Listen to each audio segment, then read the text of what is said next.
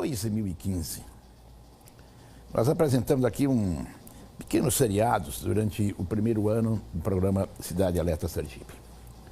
E um dos pequenos seriados foi sobre o roubo das urnas de Canindé.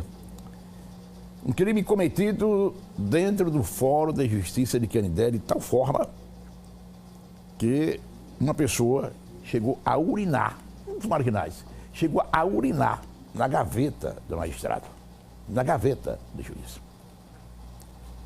E veja a abertura de uma das partes desse seriado. Coloque no ar.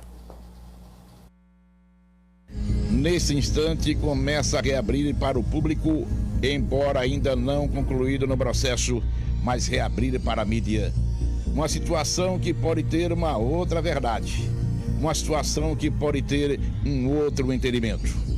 Pode haver reviravolta no caso do roubo das urnas de Canindé do São Francisco, da invasão do Fórum de Justiça de Canindé de São Francisco, que ocorreu em 1997. Em Canindé, em 1996, as urnas deram vitória a Genivaldo Galindo. Seu adversário foi a Justiça Eleitoral e obteve então o direito à recontagem dos votos.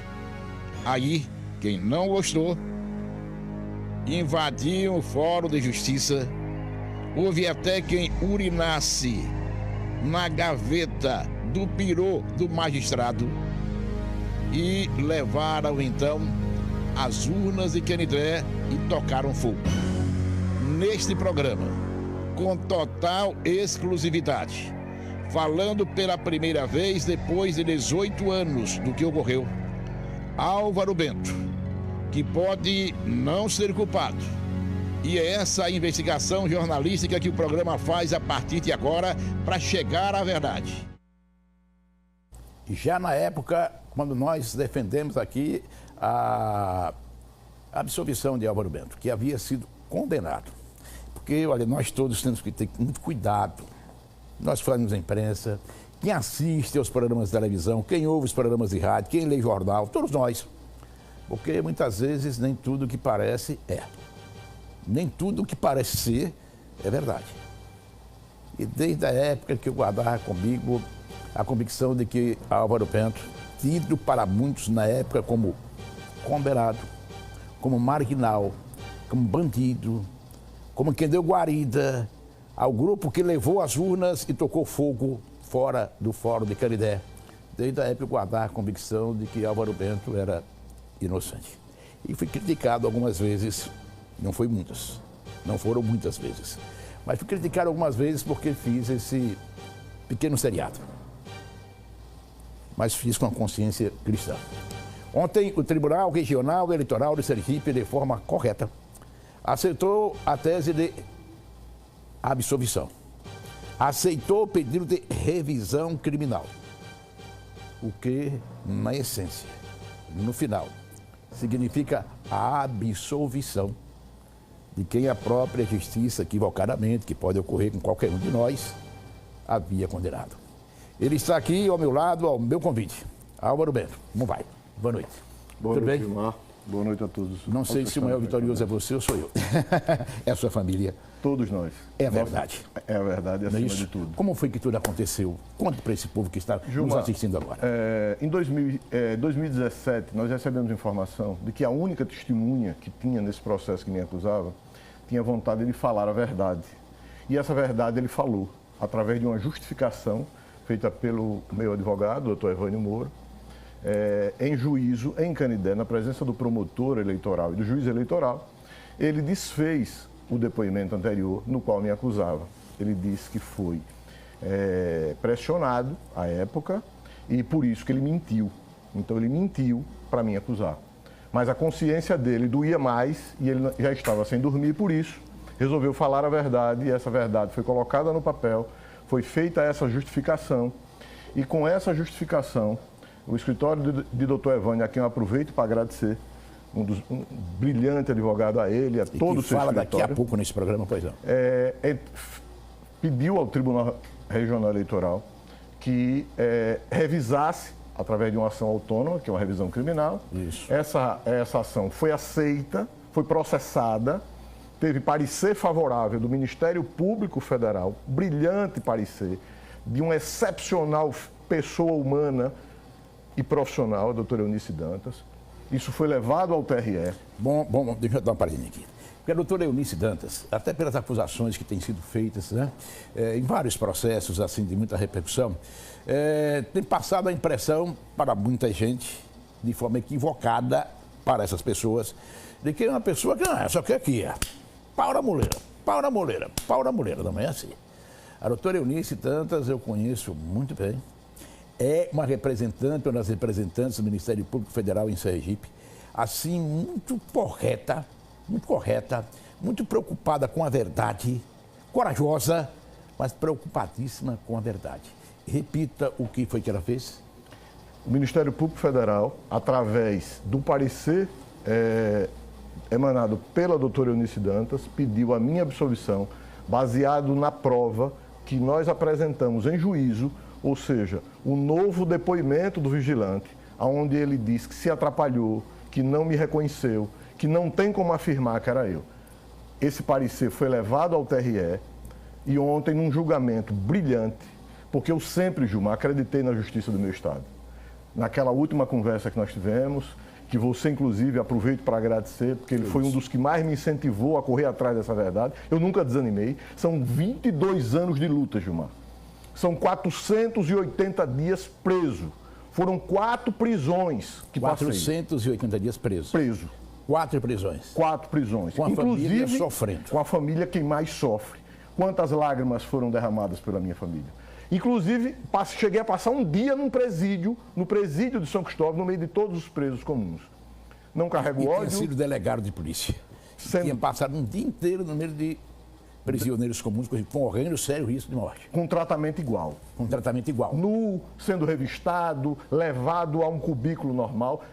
Não carrego ódio, não carrego mágoa, só carrego alegria e a certeza que a justiça do meu Estado e a justiça do meu país vale a pena lutar por ela e a prova disso eu estou aqui. Quando ele diz o tratamento igual, a pessoa que está assistindo, o tratamento tem que ser igual para todos, não é? Né? Na exata dimensão das desigualdades. Tem que ter muito cuidado. Perfeito. Foi delegado de polícia. Sou agente de polícia há 33 anos. Exatamente. Né? Ou seja, preso um dia inteiro no meio de prisioneiros comuns ali, com todas as situações envolvendo os mesmos presos comuns. Exatamente. Qualquer um deles poderia ter matado Álvaro Bento. Tive várias ameaças, inclusive, Gilmar. Por isso que fui retirado às pressas, porque se a cadeia abre comigo lá, eu tinha morrido dentro da cadeia. Mas, meu querido, mas graças a Deus tudo deu certo. Tudo. Nunca perdi a fé de Deus. Aproveito novamente para agradecer a você, agradecer a sua equipe, aos meus advogados todos, e a justiça do meu Estado. Como eu sou um pidão, quando você marcar o almoço com a família, me chama que eu faço questão. Está convidado para comer uma muqueca de pampo, a melhor muqueca desse Estado. O que for. Tá bom? E a todos, meu muito obrigado. E que os espíritos de luz continuem nos iluminando. Que Deus nos abençoe sempre. Amém. Um abraço para o seu amigo. Tá? Muito obrigado e a sua família também. Fiquem todos com Deus. Viu? Muito obrigado, então. Evânio Moura, que é um dos melhores criminalistas desse país, fala sobre o caso Álvaro Bento. Agora, na sua tela. Você lembra do crime das urnas eleitorais do município de Canidé do São Francisco? 1997. 6 pessoas foram arroladas do processo. O prefeito da época, Genivaldo Galindo, o delegado de polícia, Álvaro Bento, e o secretário de Finanças, hoje falecido, que era Floro Calheiros. No desenrolar do processo, em 2018, o ano passado, a Justiça determinou a prisão de 6 pessoas. Entre elas, o delegado da época, Álvaro Bento. Mas, no desenrolar, depois de transitado e julgado o processo, surge uma luz. No final do túnel, era uma revisão criminal. Uma testemunha teria negado uma informação preciosa no momento que estava depondo. E aí entra em cena o advogado Dr. Evânio Moura, o advogado deste homem que aparece aí no vídeo. Álvaro Bento, na época delegado de polícia. Doutor, quer dizer que uma luz no final do túnel absorveu o cliente do senhor? Exatamente. Na tarde de ontem, o Tribunal Regional Eleitoral por maioria, julgou procedente uma revisão criminal que a defesa ajuizou. E essa revisão criminal ela foi protocolada em razão de fatos novos. E que fatos novos seriam esses? Notadamente, uma retratação do depoimento de uma testemunha. Essa testemunha foi ouvida 6 vezes.